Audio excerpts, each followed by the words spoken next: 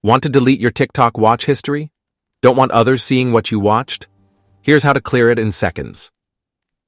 Welcome to Preyo Phonie, where we make social media tips and tech tutorials simple and beginner-friendly. Step 1. First, open the TikTok app on your phone. Tap the profile icon at the bottom right corner. Step 2. Look at the top right corner of your profile page. Tap the three-line menu icon to open settings.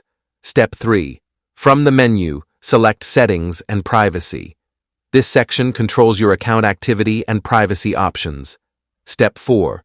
Scroll down inside the Settings menu.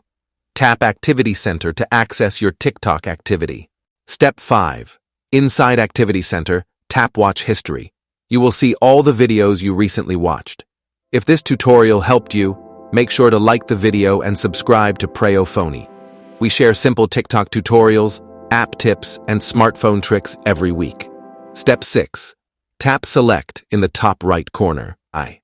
Choose specific videos or tap Select All Watch History. Step 7. After selecting videos, tap Delete at the bottom.